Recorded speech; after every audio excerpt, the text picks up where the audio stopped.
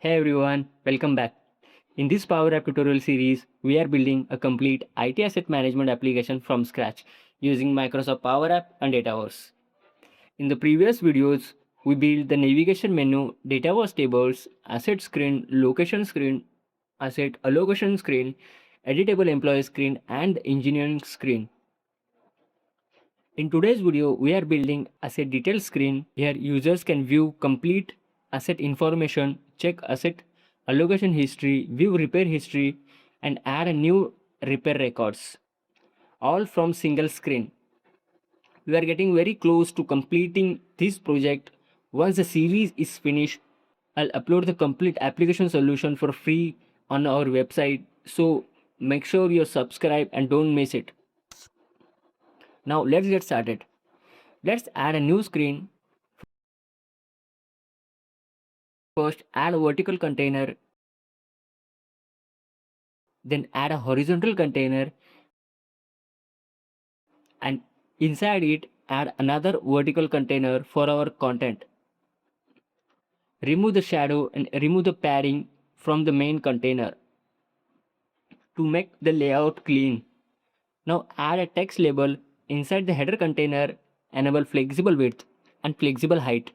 I'll copy the header color from the asset screen so the design stay consistent through the application. Now let's configure the view button. In the onSelect property, we will set the new variable to this item. This variable store all information from the selected asset and we will use it on the asset detail screen and navigate to our new screen. Now on the asset detail screen, let's display the asset name in the header using variable. Increase the font size, make it bold and apply the theme color. Next, add a back button. Adjust the padding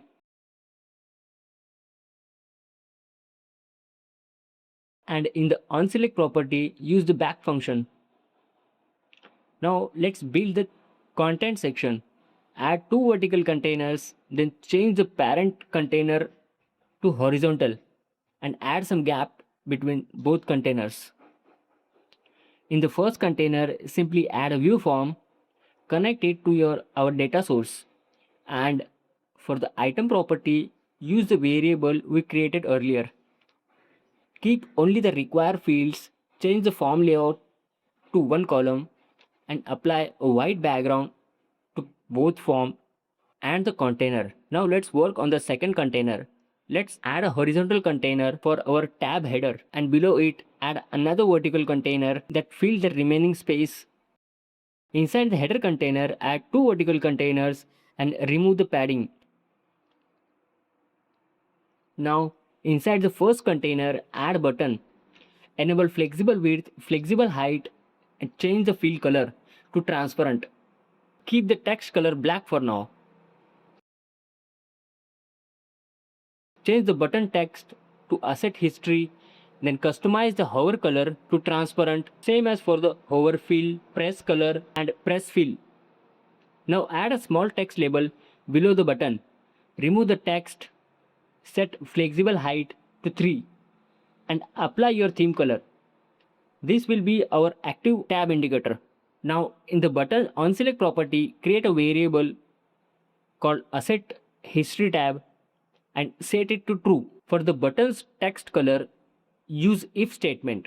If asset history tab is true, use black color. Otherwise, use light gray. Use the same variable for the indicator labels fill property. If it is true, then show the blue color. Otherwise, keep it transparent. Now copy the button indicator and paste them into the second container. Change the button text repair history in the onSelect property. Set asset history tab to false. For the text color and indicator, simply use not operator.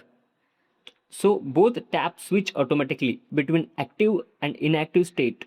Now our tab are ready. Let's add a gallery for the asset history table.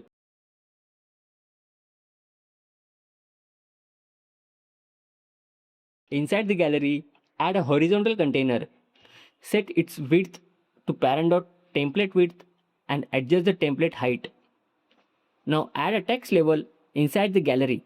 enable flexible width, flexible height, and display this item dot asset name. Next, let's create the timeline indicator. Add another horizontal container width to 30 and place it in the start of the gallery. Add a circle, then set flexible width, and for the height, we will use self.width.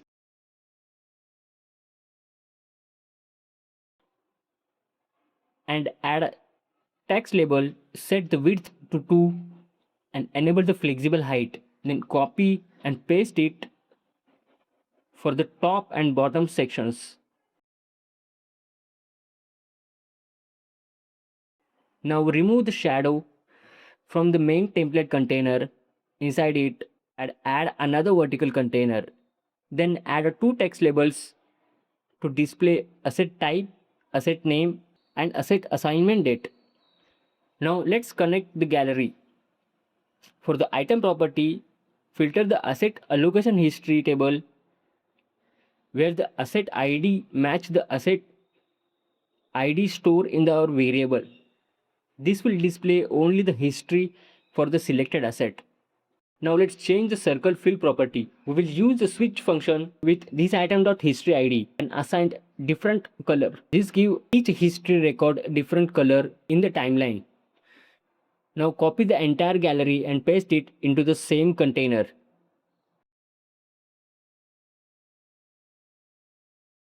Rename it.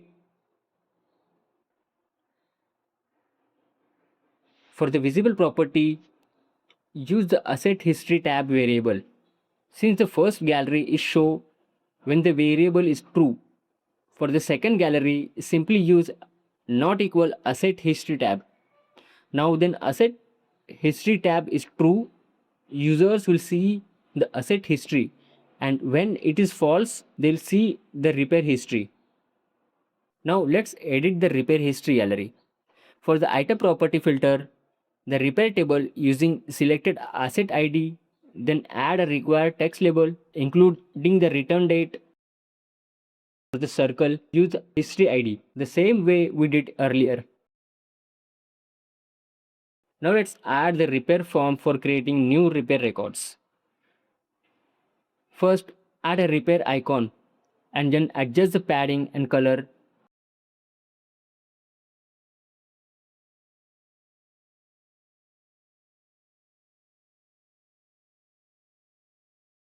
Then add a vertical container that will work as a pop-up.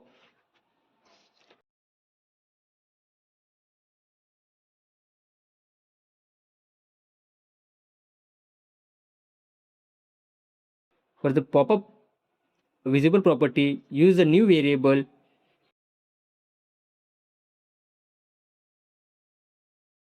in the repair icons on select property, set the variable to true.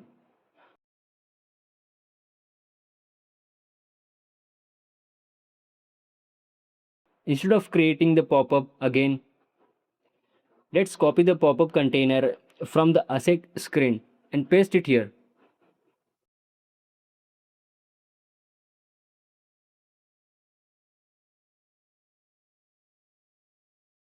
Adjust its height and width, then update the background. Now update the close icon. In the onSelect property, set the pop-up variable back to false. Next, rename the form and connect it to the repair table. PowerApp will ask you to replace the data cards, so update them as needed.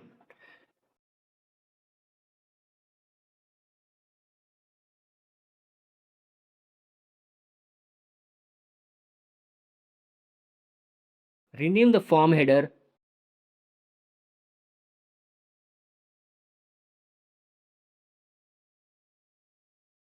Rename the repair gallery. And for the forms item property, use repair gallery dot selected.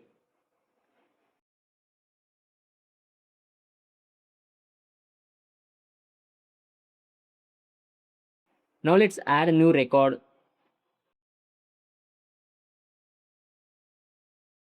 And as you can see, the new repair record has been created successfully. And that's it for this video. Today we have built a complete asset detail screen where users can view assets information, asset allocation history, repair history, and add a new repair record from one place. In the next video, we will go through the complete application and see how all the screen work together in a real world asset management application solution. If you are enjoying this series, don't forget to like and subscribe to the channel. It really helps the channel growth and motivate me to create more Power App tutorials like this. Also, once this series is completed, I'll share the full application solution completely free on our website. So stay tuned and thanks for watching, and I'll see you in the next video.